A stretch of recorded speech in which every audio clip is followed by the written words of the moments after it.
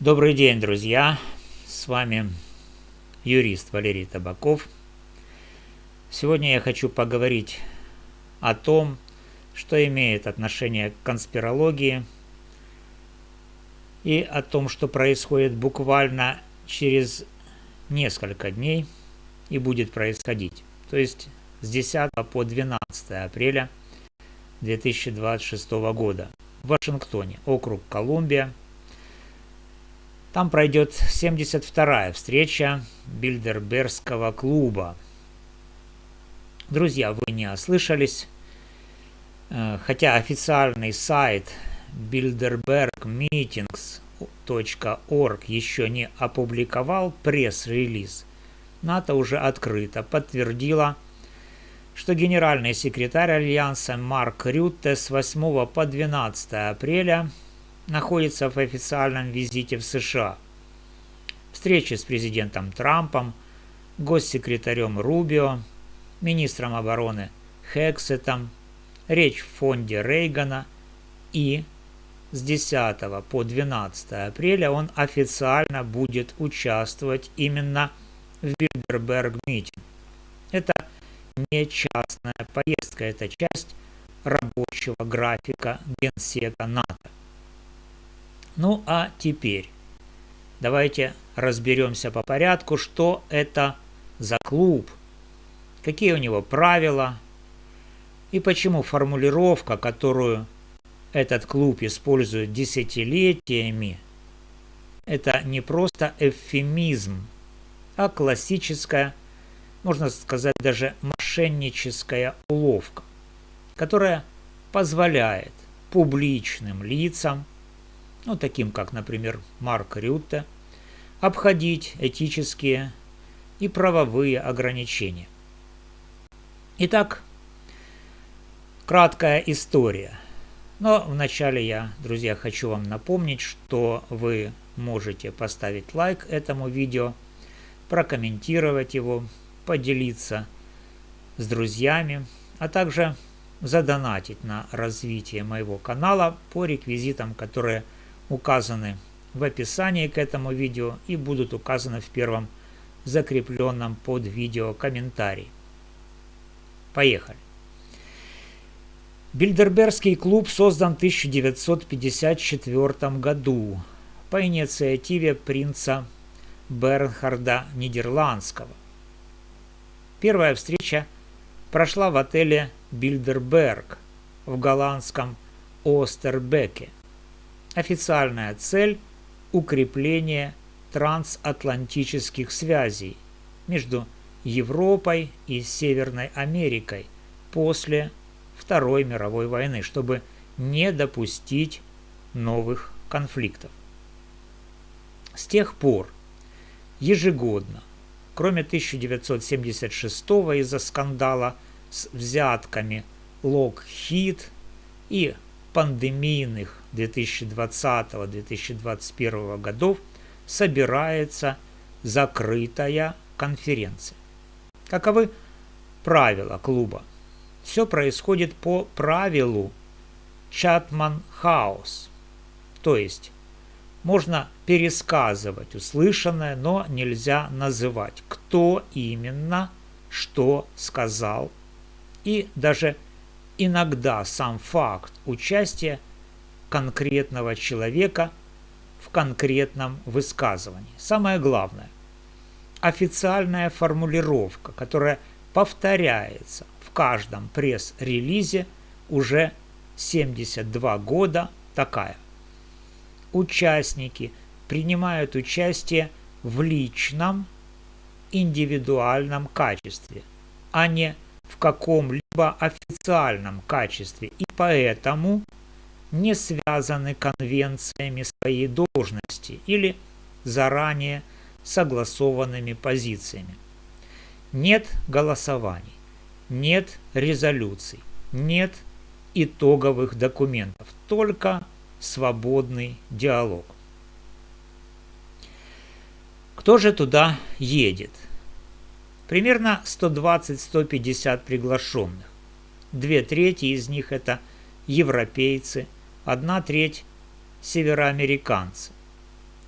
треть – политики и чиновники высокого уровня, остальные – SEO крупнейших корпораций, технологии, финансы, энергетика, оборонка, банкиры, медиамагнаты, военные, эксперты.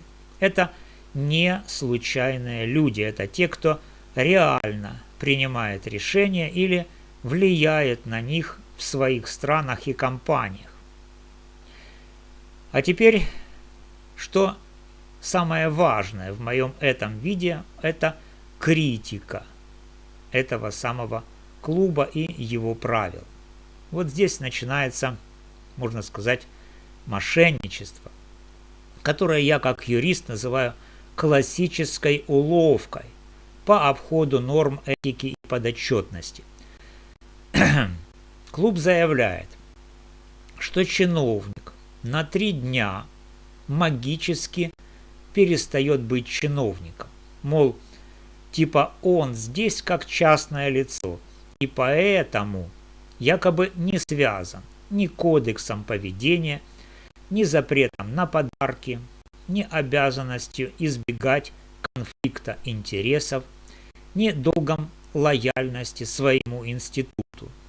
Но, друзья, это ложь. Публичный служащий, генсек НАТО, министр, еврокомиссар, конгрессмен не имеет права сам с себя снять должностные обязанности. Эти обязанности действуют 24 часа в сутки, 7 дней в неделю, пока он занимает пост. Ни один частный клуб, даже самый элитный, не обладает полномочиями выдавать ваучер на освобождение от этики. В случае с Марком Рютте в 2026 году это особенно цинично.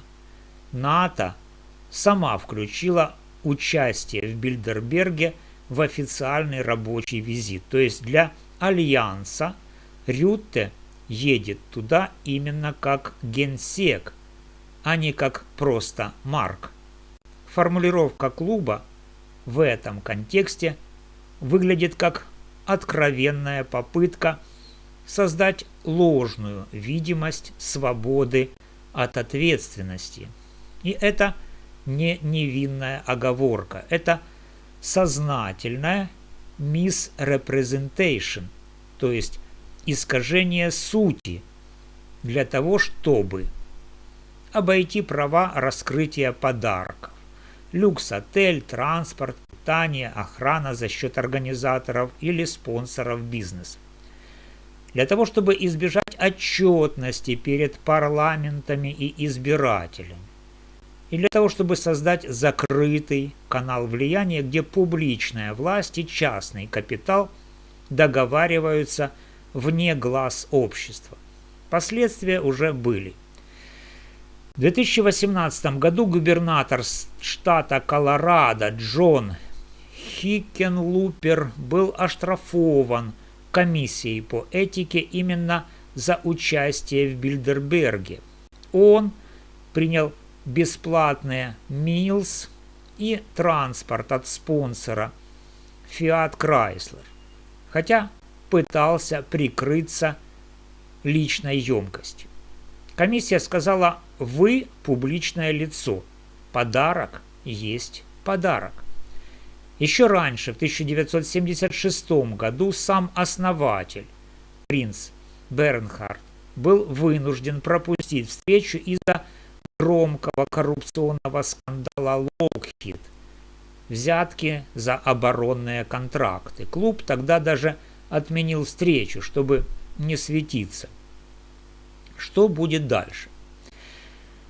В 2026 году на фоне напряженности между США и Европой, угроз Трампа выйти из НАТО, войны на Ближнем Востоке и борьбы за критические ресурсы и искусственный интеллект, закрытые договоренности элиты особенно опасны. Мы получаем систему, где публичные чиновники укрепляют личные сети с теми, кого должны регулировать, где решения, влияющие на войны, экономику, технологии и медиа, принимаются без протоколов и без ответственности, и где доверие общества к институтам падает окончательно. Это не свободный диалог, это приватный картель влияния, который маскируется под неформальную встречу друзей. Формулировка про несвязанность с конвенциями должности – это не ошибка, это инструмент, который позволяет элите наслаждаться властью без соответствующей подотчетности. Я как юрист считаю, такие практики подрывают основы демократии.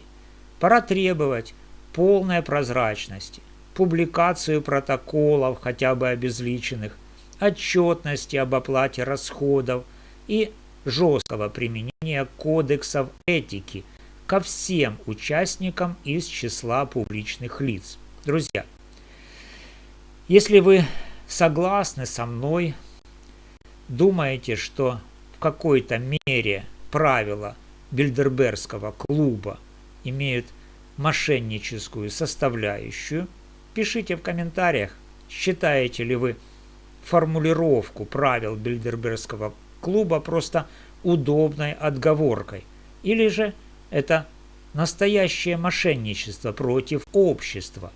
Подписывайтесь, ставьте лайк, если считаете, что об этом нужно говорить громче. С вами был юрист Валерий Табаков. До новых встреч.